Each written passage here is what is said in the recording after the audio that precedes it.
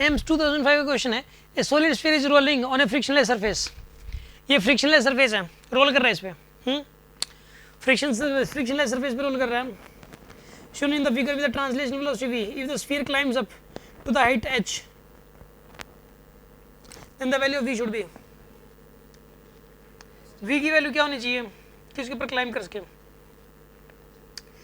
एक तो इसमें पता क्या करो आप, इसमें अगर ये रोल करते हुए जाएगा यहाँ पे जो है ना, इसने ये मेंशन कर रखा है कि ये सरफेस कैसा रफ है कि स्मूथ है। ये मान के चलो कि ये क्लाइंब करते हुए जाएगा ऊपर, यहाँ से लेके यहाँ तक कैसे जाएगा बताइए। यहाँ पर ये यहाँ से लेके यहाँ तक कैसे जाएगा, ये रोल करते हुए जाएगा। अगर ये रोल करते हुए जाएगा, एक बात बताओ, जब यहाँ से लेके यहाँ तक, यहाँ पे जीरो से छोड़ते हैं हम लोग और यहाँ पे रोल करते हुए आता है, तो इसकी वेलोसिटी क्या हो जाती है बताइए, √2gh/β+1 हो जाती है। अगर एच साइड से छोड़ते हो आप और जब ये रोल करते हुए आता है तो वेलोसिटी क्या जाती है, √2gh/β+1। और जब ये ऊपर से नीचे आता है तो ओमेगा भी बढ़ता है और वी भी बढ़ता है।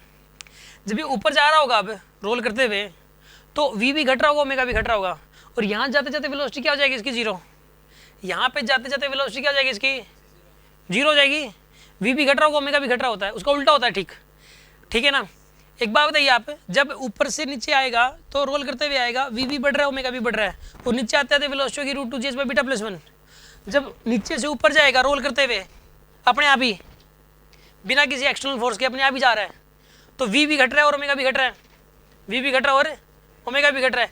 तो इस केस के अंदर यहाँ पे जो वेलोसिटी होगी उसके लिए कितनी होनी चाहिए, कम से कम यहाँ तक पहुँचने के लिए √2gh/β+1 होनी चाहिए। कितनी वेलोसिटी होनी चाहिए √2gh/β+1।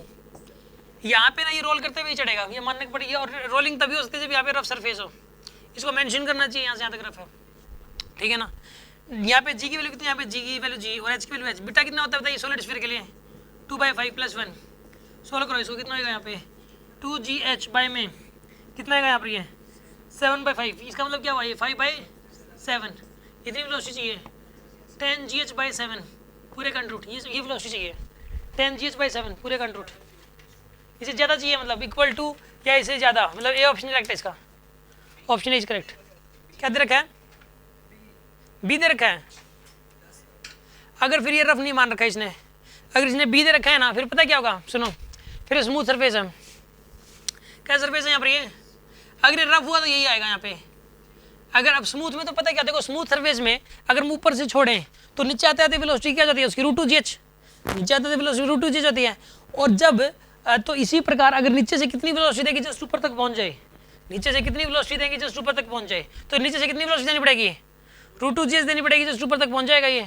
तो यहाँ पे √2gh या उससे ज़्यादा देनी पड़ेगी। √2gh को सोल्व करोगे तो कितना आता है यहाँ पे, √2gh यही आएगा, या इससे ज़्यादा वेलोसिटी देनी पड़ेगी।